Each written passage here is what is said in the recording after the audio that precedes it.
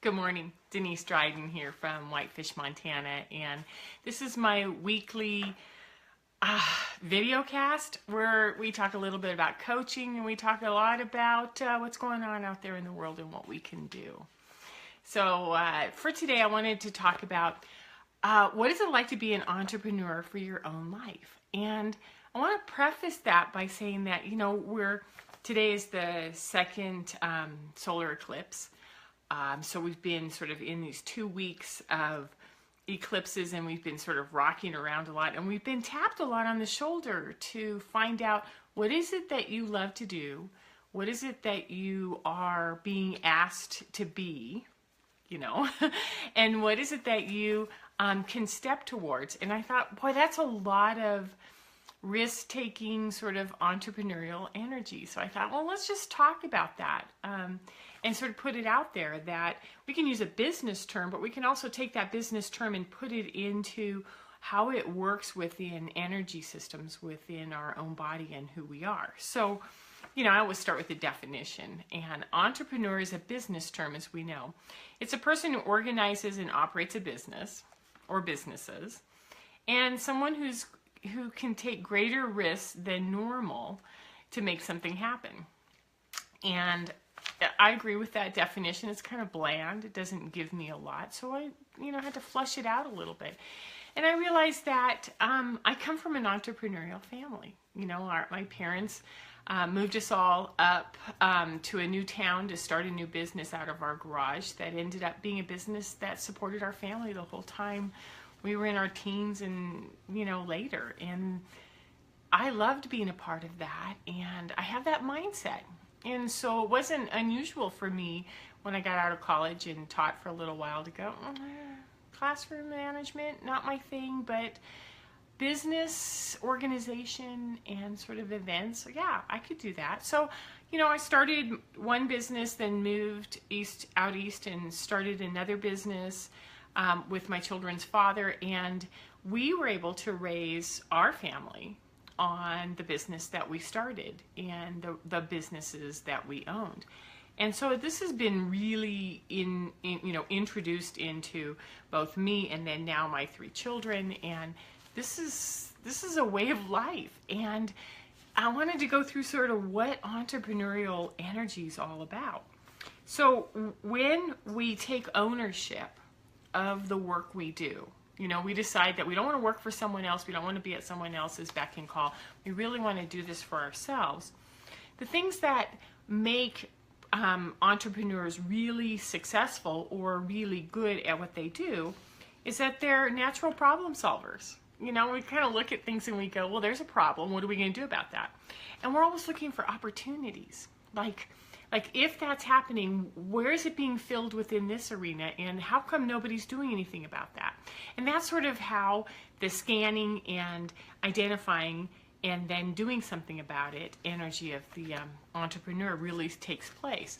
And second to that is that there are calculated risks. Like, I'm going to give up this paycheck for an unknown, and I'm willing to take a risk for a certain amount of time on that. Or I'm willing to, put some of my own property on the line as collateral against a business I want to, a niche I see that needs to be filled. Entrepreneurs are self-motivated. If we don't get up in the morning and we don't set our own time and our own schedule, then everything just doesn't really happen, right? So an entrepreneur is someone who can be self-motivated and even sort of gather up that strength when things are tough, and to keep looking for problems that need solutions or problems within the own system, the systems that we're working within. We're also optimistic and very forward thinking as part of that self-motivation. Confidence. There has to be a lot of self-knowledge about this is what I know how to do, this is what I don't know how to do, this is where I'm going to need help. And it's really clear. This is what I know, this is what I don't know, this is where I need to find out more about what I don't know and how I'm going to get there. And there's an openness to learn, there's a self-reliance, and more than anything else is that they know that they need other people and they need connection, and they need to be able to look at the person sitting in front of them and saying, I'm this business. Either you invest in me, or you purchase from me, or you do business with me, or you don't. And there isn't some big conglomerate behind you that's going to back you up or replace you down the road. It's really just about you. This is me. Whatever you see here, this is what you're going to get in business. The last piece is that entrepreneur is passionate. You know, they couldn't do it if they didn't really care about what mattered. And I thought about that this is all about creating stability and comfort and creativity and change within our world, and stepping out of being on a track that someone else is doing and doing it for ourselves. So it makes sense to me that when I'm asking you to be an entrepreneur for yourself, that I'm really saying, how well do you understand that, you know, those 4 elements, that mental, physical, emotional, and spiritual part of you? What parts of those are working really well?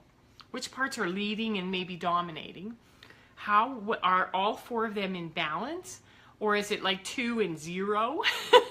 You know, what's really working for you, and how do you become that passionate, self-reliant problem solver who says, you know, I think I need to start paying more attention to these other components of my life and bring it into balance. So what we do is we identify what's strong and leading, and we play to that, and we soften some of those maybe too strong parts. You know, for me, sometimes I'll get really mental and start like citing off definitions, like I always start this thing, and how to balance that, you know, with some physical support, exercise, cardiovascular, you know, whatever, however that works for you. Identify, you know, the spiritual, emotional, mental, and physical sides of you, and find out, are they in balance? And if they're not, how do you become the problem solver? How do you become the initiator and go after that and find out what works? And, you know, what it really does is it shifts us from living in whatever we need to do, whatever we're expected to do right now, whatever we are paid to do by somebody else. You know, if we want to put it in that financial framework, and we can turn it around to, what do we need to do for ourselves to navigate through our own lives? And so what happens is that we shift into opportunity, and we're looking around, and it's choice and opportunity. I see that there's something that I want to spend more time on with myself. How am I going to choose to be the person who advocates for self first? And so it's like choice and opportunity, which is an Alan Seal, you know, 4 levels of engagement, and 4 levels of engagement is on one of my previous videos, so you can always go back and check that out. So using passion, optimism, problem solving on yourself, your body, your relationships, everything. To take every challenge that comes your way and go, wow, something's not quite off. How do I tweak it, and how do I make it just a little bit better? And then it takes courage to recognize when to pause and choose something different. Instead of putting our head down and self-medicating or disconnecting or just getting lost in the busyness, is to say, wait a minute, I'm the crafter, I'm the creator of my life. How do I become a discerning human being that says this works over here and this doesn't work over here, and how do I redirect and keep it going towards something more positive? So, you know, I think what we have is we've lived for a long time a little backwards. You know, we focused on how we live every day, and maybe it's like how to be every day. When we need what we need in our world for support, how to be open and make changes, and how we set limits on the drama, the stress, and the things that take us off path. We become our own advocate. And, you know, how this works for us in our individual life is like we can start to say, what's working in my relationship with my significant other, my partner? What's working with my children? What's working with my body? What's bringing me into health? What's taking me out of health? And we become that entrepreneur of self-management. We keep what works. We let go of what doesn't. We're aware of how to move things on in our lives. And we see each thing that sort of raises its hand and goes tap, tap, tap as an opportunity to sort of look inward and go, what is that working for me? Is there something else I can do that's a little bit different? So we redirect our focus and our energy towards something more positive for ourselves. And what I like is it gets us out of that energy of the victim, of reaction, of boredom, of confinement, stagnation, and pain. And it shifts us into, if those aren't working, how do we shift into something that's working? And we become that self-sovereign being, that one that says, I gotta own my own little business here. I got my own little system, and I'm navigating it through the world and taking care of it the best way that I can. So get in touch with your dreams right now. You know, everything astrologically, everything energetically, everything politically in our world right now is asking us to get in touch with our dreams and, you know, what we want for ourselves and how to create that. So become that courageous, passionate problem solver for your own life. So this is what I do. I coach men and women who are juggling parenting while they're doing life. And I would love to chat with you if you ever feel like coaching is something that would be supportive to you. You can find both contact information and more videos and information about what I do on DeniseDrydenCoaching.com. And have a great week and have a great Sunday. Take care. Bye-bye.